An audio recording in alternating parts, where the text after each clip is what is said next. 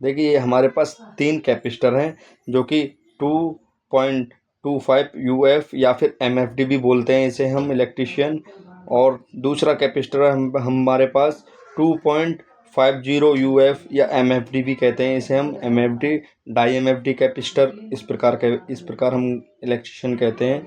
और तीसरा कैपेसिटर है हम पर 3.15 यूएफ या फिर 3.25 एमएफडी का कैपेसिटर, इस प्रकार भी हम इसे कहते हैं। तो ये तीनों जो हमारे कैपेसिटर हैं वो हमारे 48 इंची फ़ैन में ही यूज होते हैं। तो इनकी टर्म ऑफ कंडीशन हम जान लेते हैं कि किस कैपेसिटर को हम किस फ़ैन में यूज करते हैं। तो चलिए, ये हमने एक नया पंखा लिया है जिसके माध्यम से हम जानेंगे कि हम किस कैपेसिटर को किस पंखे में यूज़ कर सकते हैं। तो सबसे पहली कंडीशन ये है कि जब हम नया पंखा लेते हैं तो हमारा वो बिल्कुल ठीक चलता है और उसके साल 2 साल बाद वह धीमा हो जाता है। तो धीमा जब हो जाता है तो हमारा ये कैपेसिटर डाउन पड़ जाता है, इस कारण ये थोड़ा स्लो हो जाता है।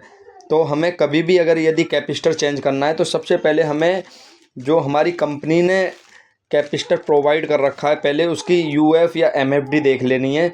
इसमें देख सकते हैं आप 2.205 यूएफ का कैपेसिटर कंपनी ने हमें प्रोवाइड कर रखा है और सारी कंपनियां 2.25 का ही यूएफ का ही कैपेसिटर प्रोवाइड करती हैं, जितनी नामी गिरामी कंपनी आपको मिलेंगी।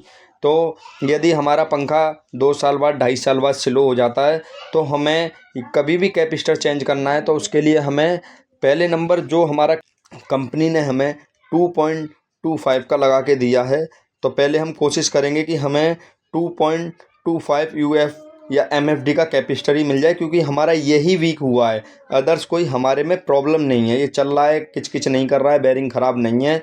तो हमें 2.25 यूएफ का ही कैपेसिटर उसमें लगाना है। यदि ये नहीं मिलता है दुकान पर किसी शॉप पर तो इसकी जगह यदि आपको 2.50 यूएफ या एमएफडी 2.5 एमएफडी का भी कैपेसिटर मिलता है तो वो भी आप इसमें लगा सकते हैं। ये एज ए वैसे ही वर्क करेगा जैसे आपका 2.25 इसमें कर रहा था। यदि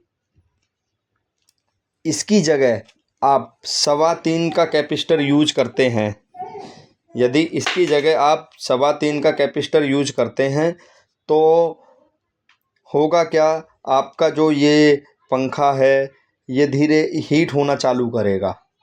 हीट होगा पहले नंबर तो ये गर्मी में चलेगा, गर्मी से हीट होगा। दूसरे नंबर आपका जो यूएफ 3.25 का यूएफ एमएफडी कैपेसिटर इसे और ज़्यादा हीट करेगा। जब हीट होने के कारण इसकी जो कॉल हैं वो हीट हो जाएंगी। ये कंडीशन तो उसमें ऐसे ख़राब हो सकता है कि कॉल हीट होने के कारण वो फिर धीरे धीरे चलने लग जाए कुछ समय बाद।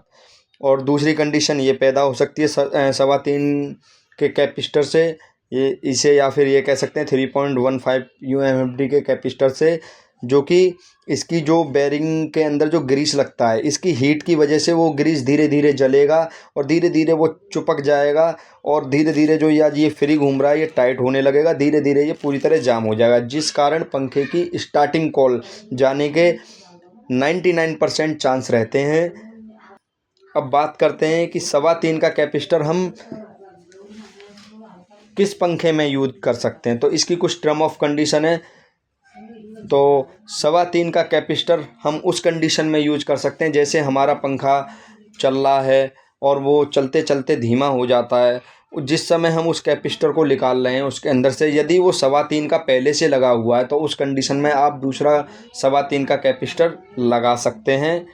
ये और यदि दूसरी कंडीशन की बात की जाए तो दूसरी कंडीशन ये होगी, या तो तुम्हारा पंखा बहुत भारी हो, पुराने समय का हो।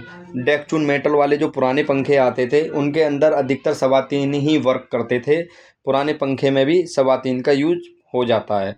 बाद तो यदि आप कभी भी कैपेसिटर लगाएं तो 2.5 एमएफडी तक का ही लगाएं, उससे ज़्यादा ना लगाएं। कोई दुकानदार भी कहता है कि आप 3.25 ले जाओ, 3.25 मत लें, जिससे कि आपका पंखा सुरक्षित रहे। यदि पहले से आपके फैन में 3.25 लगा हुआ है तो आप लगा सकते हैं।